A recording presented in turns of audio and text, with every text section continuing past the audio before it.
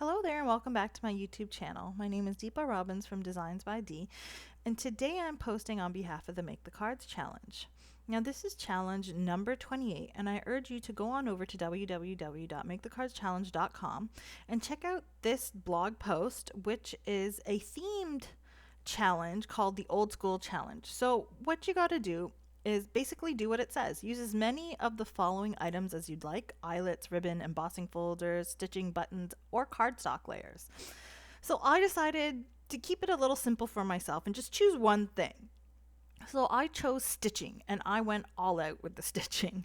So I don't know if you're familiar with spellbinders, but they have these lovely stitching dies, and this is one of them, and I'm going to be using it to create basically a nice focal point front of my card.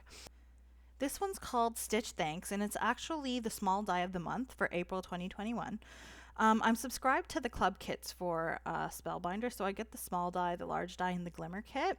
And they have tons of bundles that you can actually subscribe to, and you can get some of the older club kits as well. If you actually go to my blog, there's a link there that you can click and you can go ahead and look at some of the old club kits if you wanted to purchase those, which includes this one. So I'm going to start off by cutting out that die using some dark navy cardstock, and then I'm going to use this embroidery floss. It's called embroidery floss or thread. You can get it anywhere, any craft store, even on Amazon, and it comes in a ton of colors. And it comes actually as a thick string, and you don't need the entire thickness of that thread. So I find it has six strings to create the thread, and I separate the 6 strings into 3 sets of 2. So I have basically 2 strings to create that thread, and I'm showing you this little pick, which makes threading your needle much easier.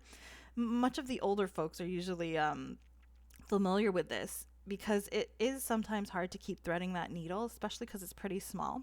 So you stick those 2 little wires through the hole of your needle, and then you stick your string through the hole of that contraption, and then you pull it through the head of your needle, and that threads your needle very easily. And all I do is kind of start somewhere. I'll put it through the hole, and then I use some washi tape and stick it to the back. Washi tape is a little bit like it can come off. It doesn't stick like really strong, so you could also use some I think I used some of that medical tape, which sticks really, it adheres very strongly, and it also is not too thick, so it doesn't create too much bulge at the back. Because I find once you've been threading this and sewing it quite a bit, doing your embroidery through the die cut here, you get a lot of ends, and you kind of have to just attach them at the back behind the actual outline of the thanks here so that you can't see it, and it does kind of build up. So one way to do it is to, like I said, put it through, thread it, and then turn it over, cut your string, and stick it down with some tape. Or what you can do is connect your strings. So yeah, make the first one and stick it down with some tape, and then when you go to do your next color of thread, just basically create a knot in the end of your string, and then thread it through the back of one of the pieces that you've already embroidered, and then make a knot in it, and then continue sewing wherever you need to. That way you're not creating too much of a mess at the back with all the tape. So anyways, I'm just going to show you this. I'm not going to show you all of the threading because it does take a long time. It is time consuming. So like here, as I was saying, I finished with that piece of thread or that section, so I actually took that tape off and then stuck it back down, so I'm not using so much tape, and then I cut off the end here. So that's how I basically did a lot of it, and you can see it creates such a nice effect on the front there. Really nice. So I'll show you a bit more of my threading here. It really is pretty simple to do. It does take a bit of time and a bit of patience. It's something you can do for fun in front of the TV, watching a show. I find it works very well for weight loss. Instead of sitting there with a bag of chips eating, sit there sewing. It keeps your hands busy, and it's really fun, and it's really great to, when you finally finish, to see the final product. Now here I'm actually using some metallic threads as well. I wanted to have a bit of shine and see what it looked like with the metallics. So I went on top of that pink, and you can see on the left it has metallic thread and on the right it doesn't. You see the difference in the shine here, right? So I thought that that added a bit of interest. So I basically gone through this die cut with all of the floss, and then in different areas I've used the metallic colors to kind of create a bit of a highlight and a shine, so it kind of stands out a bit more. So I'll show you a bit more of my threading. I don't want this whole video to be me sewing, so I want to kind of get into the process of actually creating the card as well. But these are the colors that I used, and this was basically my step-by-step process. As you can see at the back, like I said, it's getting pretty full with all that tape, but it is a process, and you'll find your own way of doing it, a way that works best for you. So here's the finished product. You can see that metallic thread looks really nice, and I just did it, like I said, in different areas, not throughout the whole thing, just to create a bit of highlighting. That would have taken way longer, but that's the final product. Now I can move on to the thanks sentiment. So I'm just showing you how I do this. This is I find the easiest way to do it. I kind of line up my letters. You don't have to do it this way. And I connect them all with some washi tape. So this way I'm going to cut it out of two colors of cardstock. I'm going to do it out of a pink that I'm showing you here. And then I'm also going to do it out of some Sizzix gold mirror cardstock. So there I have it all together. I cut it out, and then I can also go ahead and take that off and then cut out the gold pieces as well. So these are all the cutout pieces, and I'm just going to glue them to each other in an offset manner so that I have a bit of a shadow, so that gold's creating a nice shadow.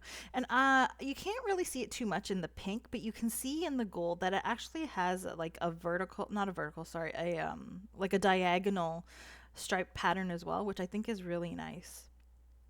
So those are all my letters done. Now I'm going to go ahead and do some more die cutting. So this is the Spellbinder Simply Perfect Layered Blooms dies, and I absolutely love these. I do follow Yana Smakula, and I love the cards that she makes with these dies. You can actually make like an entire card front just with these. So I thought that they would be nice to use on the inside of my card. I basically cut them out of Recollections cardstocks in these dark and light pink colors. Same with the blue, like the navy blue, and then a bit of a like a bluer blue, and also from some green cardstock that kind of like I tried to match the color of the string that's on the front of the card. And then I used again the gold cardstock to kind of just highlight all the little areas, just like to kind of tie in the metallic strings that I used on the front. So I'm going to go ahead.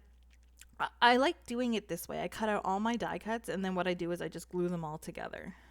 Sometimes I'm in the mood to die cut. Like I've said in other videos, sometimes I hate die cutting. So it really just depends on my mood. And here I was in the mood to die cut and assemble all these little pieces. And as I said, I'm going to be using all these pieces on the inside of my card. It's going to tie in the colors, and it's basically got that sort of like floral theme like the front. So here are the final pieces, and I'm just going to show you them all kind of assembled there that I'm going to use on the inside. So this is one piece I forgot to show you.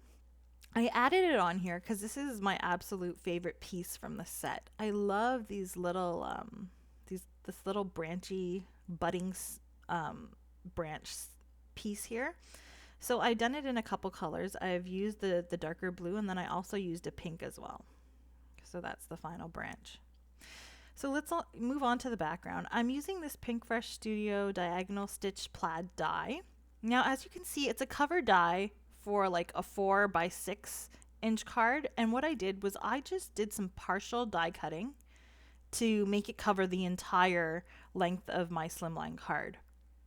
So all you got to do is basically put that down on your piece of cardstock and then cut it before all the way up to, but not including one edge. And then you line it up and put it through again and make it cut all the way up to, but not including the edge again, so that it doesn't cut it in the middle. And now I'm using some foam squares. I have these cool little tiny foam squares that I got off of Amazon, which work perfectly on the back of these letters to kind of pop them up a bit on that die cut. And then I'm actually going to pop up the die cut itself with some foam squares. And that's mainly because, like I said, it's not going to sit flat on the card because I have all of that tape at the back. So this kind of just helps you hide the fact that you have mounds of tape on the back as well. So I'm going to use the Altenew Say It With Love stamp set. I've used this numerous times for my card insides, but I haven't actually used the thank you sentiment. So I thought that this would be a nice one to use. And like I like to do, I am masking the scripty sentiment, the thank you, and I'm inking up with VersaFine Clear Nocturne ink, the printed sentiment. I'll stamp that down so all your print is in black. I'll clean that off nice and good. And then what I'll do is I'll mask off the rest of the stamp, leaving only the thank you. And I'm going to stamp that out with some Concord and Ninth Grapefruit ink, which is a nice peachy color. So when that's done, this is the final result you get, which highlights your little thank you there in your sentiment, which I think looks very, very nice. And the color also ties into the color of the rest of the card. So I'm just going to make the inside pretty simple. Like I said, I've just got all these little die cuts that I cut out and assembled, little floral images and leafy fronds that I'm going to just assemble around the two diagonal corners here, the bottom left and the top right. And I just kind of stick those where I want to go and organize it, and then I'll just pick them up and stick them down with some glue. You could use, to save some time, some press and seal. Basically just when you've organized all your little elements, put the press and seal on top to pick it up, and then put your glue on the back, stick it down, and then stick down any overhanging bits. Now I did actually pop up the two big flowers in the corners just so that it made it easier to put the leaves and all the little bits around it. And I have to embellish this. So I'm using these AB lolly beads. I've used these before. They have a nice iridescent shine to it, and it picks up the colors from the rest of the card, which is the most important thing that I like about it. And I'm also going to use the different sizes for the center of the flowers in the stitch portion that I did here. So like I said, this is a very stitchy card. I've got the stitching that's part of the die. I've got the stitching that's part of the background there and the navy blue. And that's the final card. Very simple. Takes a bit of time, but it's really just one simple stitching and gluing and putting together. It really doesn't take that. It really isn't that hard. So that's my interpretation of this challenge. I hope that I've inspired you in some way to create a card of your own. Now go ahead and check out the blog, check out the other designers' posts, and I hope that something inspires you. And don't forget to link up your creations so that you can be eligible to be one of the featured card designers for the week.